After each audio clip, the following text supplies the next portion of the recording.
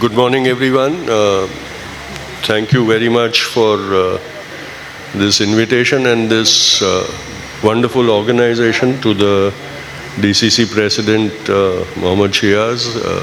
It is very praiseworthy that this dialogue has been initiated. It should actually be emulated all over the country, because in present times it is very essential that this message of how Bapu's influence on the Congress as a movement for our independence was undeniable and remains for such a long time. And we have to understand the roots from where this whole thing emerged. And it's not just from 1915 when Mohandas Karamchand Gandhi returned to India from South Africa, and it's not as if the history starts from there. The history of his association with the Congress starts from when he was leading the Satyagraha in South Africa. Because if you look at the collected works, you will find that right from the time when he took the reins of the Satyagraha in South Africa, he was corresponding with the Congress leadership in India and seeking their support for the battle for equality, justice and rights that he was fighting for Indians and Asians in South Africa, in the British colony of South Africa. And that is from the time when his association with the Congress began. It is very interesting that we hail the 1930 Salt March, the Dandi Kooch, as one of the very eminent and important events of our freedom movement. But in the early 1900s, Bapu from South Africa wrote an appeal to the Viceroy of India, in which he demanded that the British tax on Indian produced salt should be abolished. And he listed out all the points why he thought that the tax on salt was criminal in nature. So the seeds of the Dandi salt satyagraha were sown in South Africa itself, where he was fighting for justice. And South Africa was actually the school where Bapu developed the weapon of satyagraha and tried and tested it out to see its potential and its applicability. So this entire thing stretches right back to South Africa. It was in South Africa where his faith in the British being fair and just and humanitarian was shaken when he witnessed the barbarity with which the British Imperial Army massacred the natives of South Africa in the Zulu uprising. That is the first time when he said that no, the British can be savage when it suits them. And that is the time when he decided that the fight for equality will have to be mass-based. So the seeds of our Satyagraha movement were sown in South Africa. And that is where the first Congress was established by him, Natal Indian Congress in South Africa. The association with the Congress back home was apparent in the nomenclature of the political unity of Indians in South Africa also.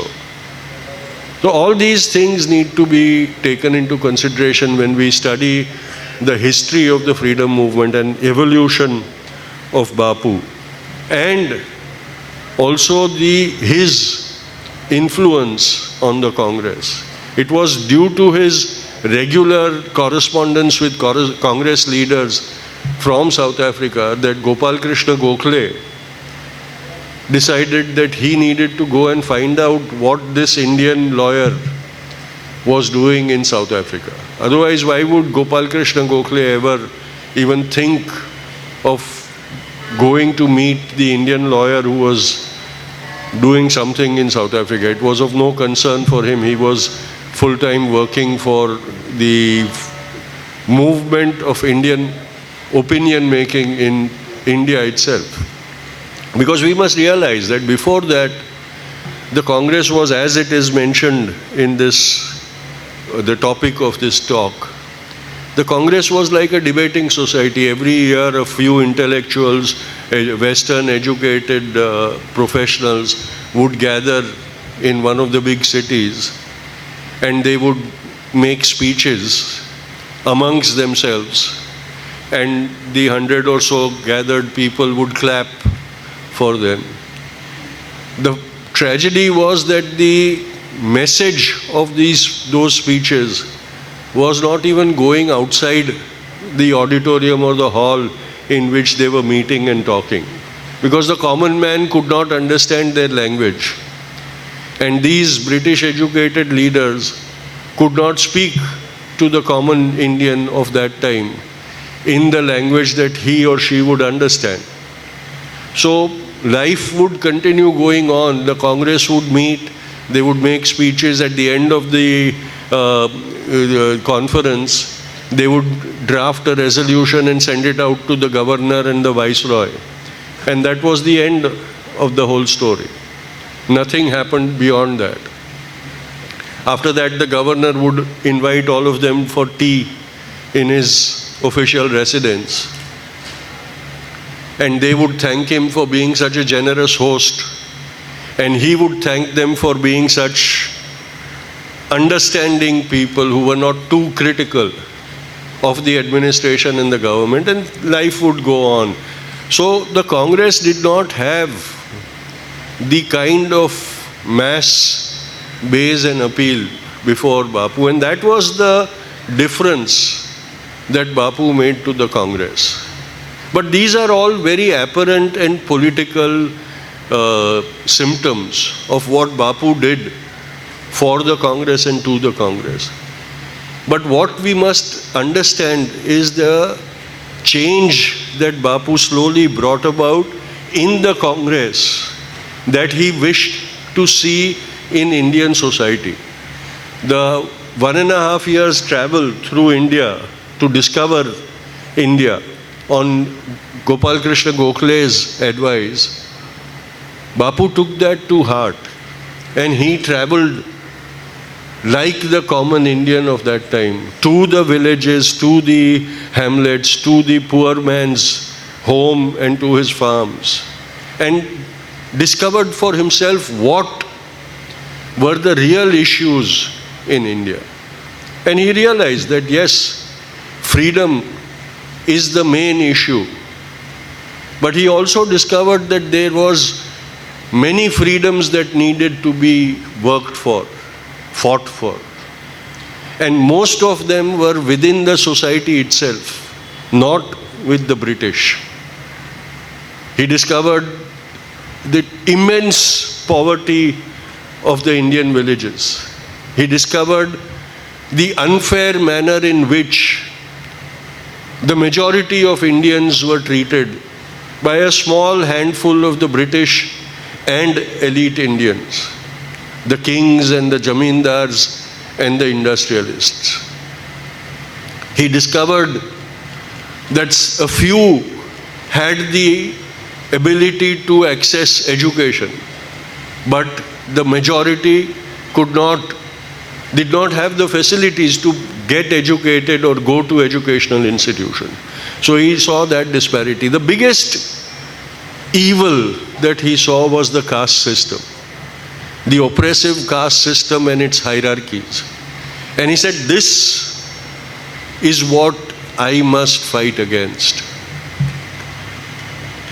After coming back to India, Bapu started attending the Congress annual conventions.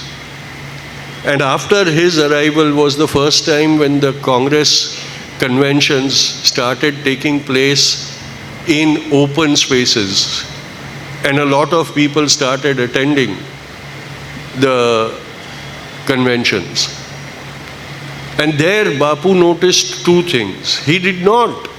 We must remember the strategy that Bapu utilized when he started influencing the Congress and how it went about. He did not present a blueprint to the Congress and said, adopt this and there'll be there'll be a spectacular change. He started seeing the same bad things being practiced in the Congress that he had noticed in the society. And he said, unless I reform the Congress, I have no right to go and ask the society to reform itself. The big thing that he noticed in all Congress conventions was that all the people, all the leaders who came over there, came carrying their caste identities with them. So like we see today, fortunately we don't see that in Kerala as much, but all over the country, what we see today is all the tilaks that identify one with the caste that one belongs to, all the headgears that identify the caste of the person. And today, because of our electoral democracy, party leaders and party workers are also wanting to wear all those identities to influence and impress a certain caste group. But what that is doing is enforcing the caste system in our society, making it acceptable, giving it more strength, and keeping those divisions intact. And so Bapu said, I must get rid of this. Congress people must be identified as one and not according to their caste, not according to their standing in society, not according to their status. And so he brought about two changes in the Congress. One was the khadi outfit, where everybody wore white clothes, similar white clothes, everyone. The other thing he did was he brought the Gandhi topi, which for a long time the Congress used to wear with pride. Unfortunately, I don't see it anymore. But that used to be thing. And the reason why he did it was, I don't want leaders to wear the headgear which exhibits their caste and their rank in society. If they all wear the same, right from this ordinary worker to the president of the Congress wears the Gandhi topi, then everybody will be alike and nobody will be seen as being different. And you look at all the photographs of the conventions of Congress after that, and you will see a sea of white clothes and Gandhi topis. There is a very wonderful anecdote from the 1942 movement of Quit India, where the entire society plunged into the freedom movement. And it was one of the first freedom struggles, mass freedom movements, where women took the leadership role because most of the male leadership was arrested by the British right in the first 1 week of the Quit India movement. And this happened in Mumbai. And I know of it because the woman who I am going to tell the story of, we knew, my grandmother knew, she was a friend of my grandmother. In my childhood, she used to come often to our home to meet my grandmother. And I heard this story from her mouth. She came from a very rich family, living in the suburbs of Mumbai. And she took part in one of the satyagrahas in Mumbai during the Quit India movement. And the police arrested all of them. And before she got into the van, the police van to be taken to the prison, she was wearing some jewelry on herself. So she took off all the jewelry and tied it in a small bundle in her handkerchief. And she was looking for somebody to give that packet to. And then she walked up to somebody who was standing on the side and gave that packet to him and said, brother, this is my name, this is the address of my home, this is my jewelry, I am being arrested, this is my jewelry, please take it to my home and give it to my family. So the man said, sister, I don't know you at all, you don't know me at all. How can you trust me with your jewelry? And the lady looked up at him and said, I don't know you, but I don't need to know you. I know that cap that you are wearing on your head. And I know that as long as that cap is on your head, you cannot do any dishonest thing. And so I trust you. This is the faith that the Congress was able to have with the people of India. That just that symbol of the party that the people identified with was enough to assure them that this is our person. This person will never betray me. This person will never destroy my faith, betray my faith in him. And that was the faith that remained with the Congress for the first 4 decades after independence. And when that faith started weakening, the party started weakening also. But that belief still remains. The party needs to remember 75 years is not a very big time for all those memories to be forgotten. And that is why I am complimenting the organizers for organizing these kind of events, so that this history of the party can be retold, and the present day workers can take pride that they belong to a party which had such a wonderful rapport with the nation and the people. It is needed to be brought back. And it can be brought back in these symbolic gestures. The other thing that Bapu did, even when he was in South Africa, when he visited the Congress conventions, when he was not a party member or anything, he used to be an invitee. He saw that the sanitation facilities were very bad and people used them in a very unhygienic manner, and so very soon they would be very dirty and unusable. So Bapu volunteered to do toilet duty during the Congress conventions, and he formed a core group of people who would clean the toilets so that people would be able to use it. Now at that time, because of caste beliefs, the higher caste leaders would not clean the toilets because that was for the lower castes to do.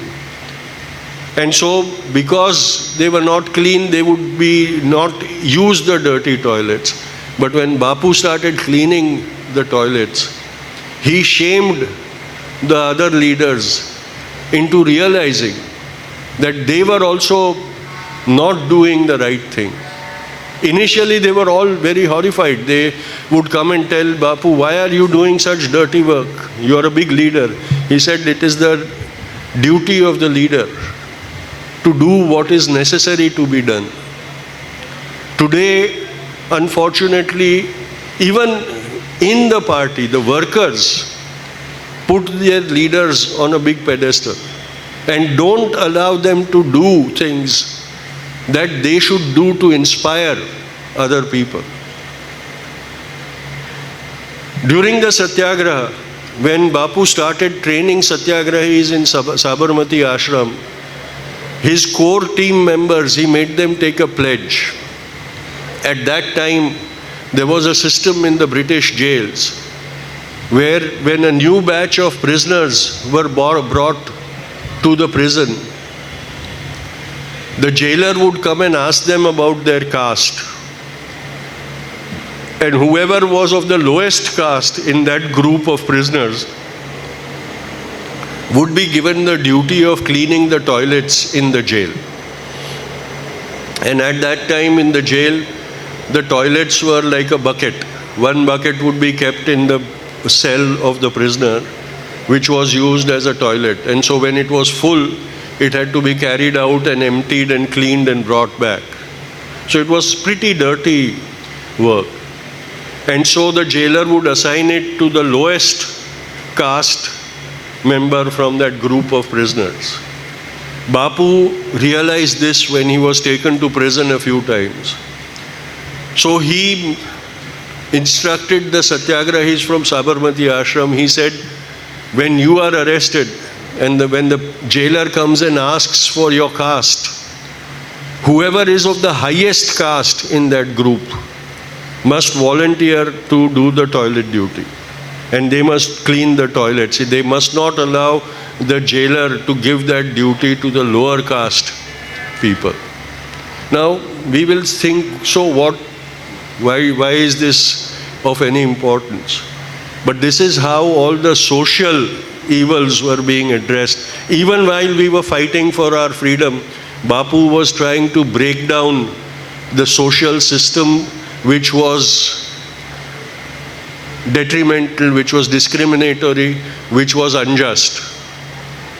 It's not only good enough to make speeches about how we are ill-treating our Dalits or the lower castes. What really attacks that is when you go into their homes, when you show that we will not practice the taboos that the society practices. And Bapu initiated that right in the beginning of this freedom movement. He did not say we'll wait till we get freedom and then we'll start the reform movement. He said it has to happen together. When freedom comes, it must be for everybody. Everybody, everything that takes a human being's rights and freedoms away from him, we must work to abolish that. At the same time, he said, my fight, my satyagraha is not only against the British government. My satyagraha is also against the traditional injustices that is in the Hindu society. We must also take inspiration from that and work towards that. There are many examples of how the association of Bapu, we are commemorating over here his presidency of the Congress for 1 year. That is also very important. But it's not the only thing that is of importance. Because otherwise we can say, oh, it was only for 1 year, so what difference does it make?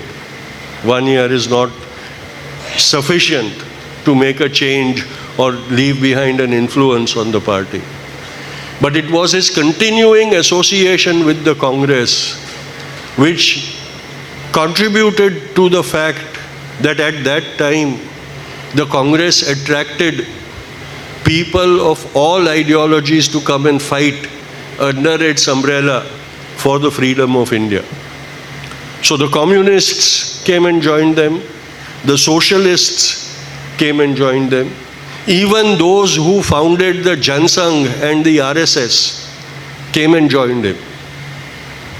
The Hindu Mahasabha leaders were with the Congress at that time. All sorts of the Muslim League leaders were with the Congress also at that time. All sorts of leaders were able to work because Congress was never a political party.